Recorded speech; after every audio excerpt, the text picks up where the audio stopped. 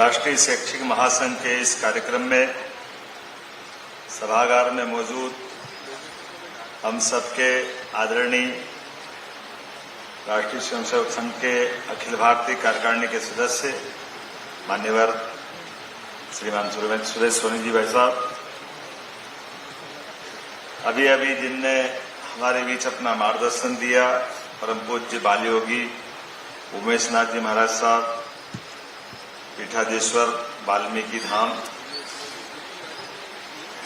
मंच पर ही मौजूद शिक्षा मंत्री श्रीमान राव उदय प्रताप सिंह जी, श्री महेंद्र सिंह जी संगठन महामंत्री, प्रोफेसर नारायण लाल गुप्ता जी अध्यक्ष अखिल भारतीय राष्ट्रीय शैक्षिक महासंघ, डॉक्टर गीता भट्ट जी, डॉक्टर छत्रवीर राठौर जी, आज यहाँ जिनका सम्मान हुआ है प्रोफेसर कुसुम लता खेड़िया जी, प्रोफेसर रामचंद्रन जी जो तमिलनाडु से हमारे बीच आए हैं, प्रोफेसर के अग्रवाल जी, इस अवसर पर मौजूद आप सब एक एक करके हमारे तीनों सम्मानित होने वाले बंधुओं ने अपना मनोगत बहुत अच्छे से रखा। भारत जी ने भी बात रखी, मैं महाराज जी की दो भूमिका देख रहा था। शैक्षिक महासंघ में बोलने के लिए आपको आमंत्रित भी किया और आपने चर्चा में कुछ कठिनाई भी बताई। जैसे मैं इस पे प्रश्न मेरे मन में आ रहा था कि हमारा ये गुरु पूर्णिमा से एक प्रश्न उलझता है, हमेशा इसका रास्ता हमने निकाला था इस बार सरकार के नाते से कि गुरु पूर्णिमा पे शिक्षकों का सम्मान करना चाहिए कि नहीं करना चाहिए। गुरु और शिक्षक में जो अंतर है ये बड़ा चुनौतीपूर्ण मुद्दा है जिसको उठा करके मैंने गलती कर दी है, लेकिन मैं महाराज में वो उसका उत्तर ढूंढ रहा था। महाराज ने कहा मैं मौन रखता हूं नवरात्रि में। मैं महाराज जी का इसलिए रहस्य उद्घाटन कर रहा हूं कि महाराज जी को हमने माननीय राज्यसभा का सदस्य बनवाया और सदस्य बन के महाराज जी इस हमारे उच्च सदन को सम्मानित करने वाले गौरवशाली सदस्य के रूप में जाने लगे। महाराज जी ने अपनी कठिनाई बताई कि मैं तो अपने धाम में बैठ करके अपनी पीठाधीश्वरी के माध्यम से एक अलग धारा में रहता था। अब ये मेरे को संकट है कहीं खाने का, पीने का, आने का, जाने का, बोलने का। हमने कहा महाराज आपने घर छोड़ा तो छोड़ा काहे के लिए? समाज सुधार के लिए, संसार में अच्छा करने के लिए। इसी मार्ग में चलो यही ठीक है।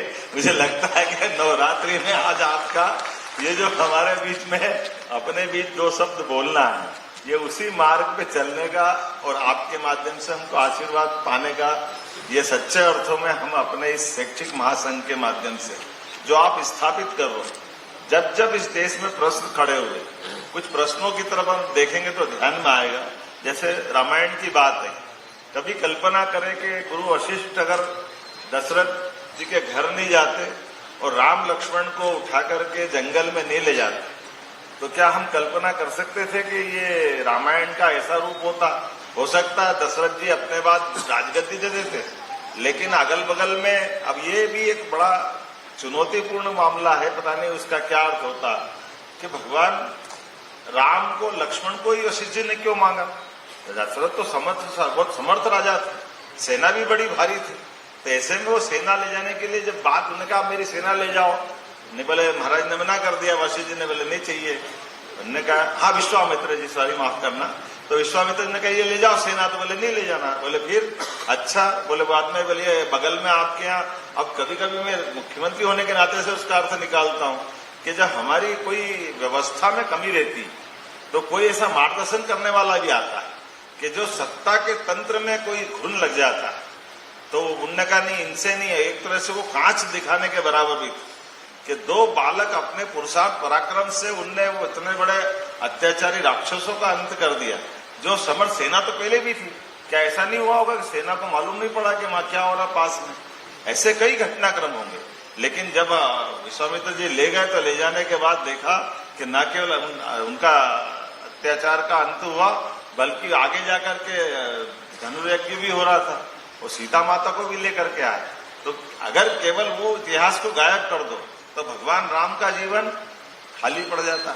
ऐसे में मान के चलता हूं भगवान कृष्ण के बारे में बात करें तो भगवान कृष्ण के बारे में कंस को मारने के बाद शिक्षा की महत्ता क्या है, लेकिन इस पे बात तो बहुत होती सांदीपनी आश्रम, लेकिन सांदीपनी जी के जीवन के पक्ष को बात करने में थोड़ा अभी इतिहास पे ध्यान देने की जरूरत है। जैसे सांदीपनी जी का मूल आश्रम तो बनारस में था, लेकिन कंस ने जैसे सत्ता के सूत्र संभाले तो सत्ता के सूत्र संभालने के बाद जैसा होता है कि आतताई या कोई गलत राजा बन जाता है तो वो इन सारी बातों को पहले नष्ट करता है। तो उनने सारे बनारस के आश्रम वगैरह पे तमाम प्रकार की कठिनाइयां खड़ी कर दी।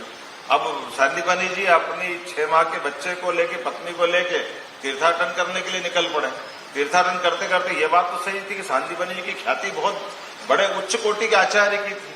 उनको 64 कला 14 विद्या सभी प्रकार के गुणों से वो संपन्न थे।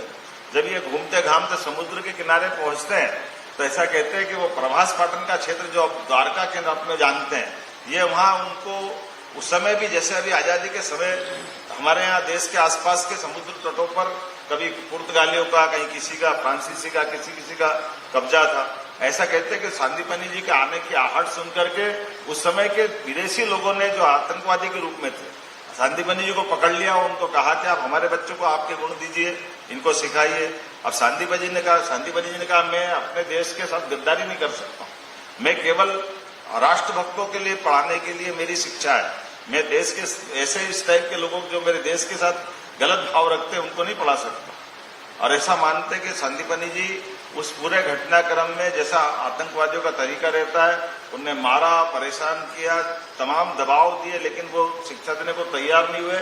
तो 6 महीने के बच्चे को छीन लिया आतंकवादियों ने कहा आप हमारे बच्चों को नहीं सिखा सकते, लेकिन हम जो जानते हैं आपके बच्चों को सिखा देंगे। सांदीपनी जी ने जो कुछ है सब भूल करके उज्जैन आए, 11 साल तक आश्रम चला करके। ये हमारी शिक्षा व्यवस्था को भी गौरवान्वित करने वाला और शिक्षकों का भी ये सम्मान करने वाला दृश्य है, जिसका इतिहास के साथ थोड़ा न्याय होना चाहिए।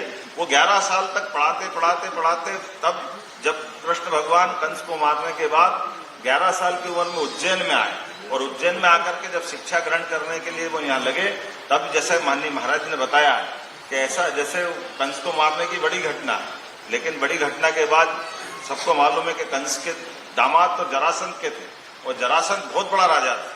जब उसकी दामाद की हत्या हो जाती तो अपनी बेटी विधवा हो गई, ये सुनकर के उनने अपनी सेना को कूच करने का आदेश दिया, मथुरा जाओ, तुरंत नेस्तनाबूद करो, कौन दुश्मन पैदा हो गया। और ऐसे में कृष्ण भगवान तो वो छोड़ के उज्जैन पढ़ने आ गए। मथुरा तुरंत उनको जाना था, लेकिन इधर भगवान ने अपनी शिक्षा अध्ययन के दरमियान ये जो एहसास हुआ उनको कि जब उनको वापस जाना था, इसी बीच उनकी शिक्षा तो बहुत तीक्ष्ण बुद्धि थे। आचार्य सांदीपनी जी, उनकी गुरुमाता, सबने ऐसा महसूस कर लिया कि ये बलराम कृष्ण सामान्य विद्यार्थी नहीं है, असामान्य है। इसलिए कम समय में सारी शिक्षा दीक्षा पूरी हुई।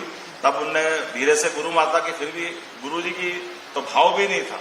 गुरुमाता ने कहा कि कृष्ण अगर आप जा रहे हो तो अपनी गुरुदक्षिणा क्या दोगे? उन्होंने कहा माँ गुरुदक्षिणा जो आप मांगोगे। तो उन्होंने कहा अगर दे सकते हो तो तुम्हारा जैसा भाई है जो हम, उन्हें पुरानी कहानी बता दी। तो मुझे कहते हुए दिनकर जोशी की पुस्तक है जिसमें उन्होंने उल्लेख किया कि वो इसी घटनाक्रम की जब सांदीपनी जी को मालूम पड़ी तो वो नाराज हुए। उन्होंने कहा मैं अपने गुरु के नाते से शिष्य को मेरे निजी लाभ हानि में उसको दाव पे नहीं लगा सकता, ये बहुत गलत किया। लेकिन चूंकि ये रहस्य तो उद्घाटित हो ही चुका था, तो स्वाभाविक रूप से गुरुमाता की बात जब मालूम पड़ गई कृष्ण, तो उन्होंने कहा मैं बाद में मथुरा जाऊंगा, जो होना हो जाए मथुरा में, पहले मैं गुरु भाई को लेके आऊंगा। और ये इतिहास बना के भगवान जाकर के जामनगर जो अभी बसे थे वो यमनगर नाम से माना जाता था। ये काल के प्रवाह में शब्द भ्रंश हो गया और ये वहां से उस समय जब भगवान प्रभास पाटन से लेकर जब वापस आए थे, युद्ध हुआ भारी। सुदर्शन चक्र उनको परशुराम जी ने इस युद्ध के लिए दिया था, पांचजन्य शंख वहां से लेकर आए। लेकिन इसके पीछे महत्व का तथ्य क्या है? सांदीपनी जी का उज्जवल चरित्र। एक कोई व्यक्ति अपने एक बच्चे को छोड़ करके केवल इस बात के लिए कि मैं अपने देश के साथ गद्दारी नहीं कर सकता। सच्चे अर्थों में हमारी ये गुरुकुल परंपरा ये वहां से आगे बढ़कर के चाणक्य से चंद्रगुप्त तक और विक्रमादित्य तक हर काल, हर समय, हर जगह इसी प्रकार से शिक्षकों की भूमिका। इसी कारण से तो देश को हमारे यहाँ हमने कहा कि हम विश्व गुरु बनना चाहते हैं। अर्थात ये जो शिक्षक परंपरा है उसको स्थापित करने का जो भाव है वाकई वो अद्भुत है। इसलिए आज के इस कार्यक्रम में आकर के मुझे अत्यंत आनंद भी है और मुझे इस बात का गर्व भी है कि हमारे देश के ऐसे गौरवशाली इतिहास जिसका इतना जीवंत है, ऐसे शिक्षकों ने अपना मंच बना करके इस प्रकार का कार्यक्रम किया। मैं मध्य प्रदेश सरकार की ओर से आपका वंदन करता हूं, अभिनंदन करता हूं, आपका स्वागत करता हूं। अगर आप ये वीडियो YouTube पर देख रहे हैं तो हमारे चैनल को सब्सक्राइब करें और बेल आइकन को दबाना ना भूलें। अगर आप Facebook पर ये वीडियो देख रहे हैं तो हमारे पेज को लाइक करें।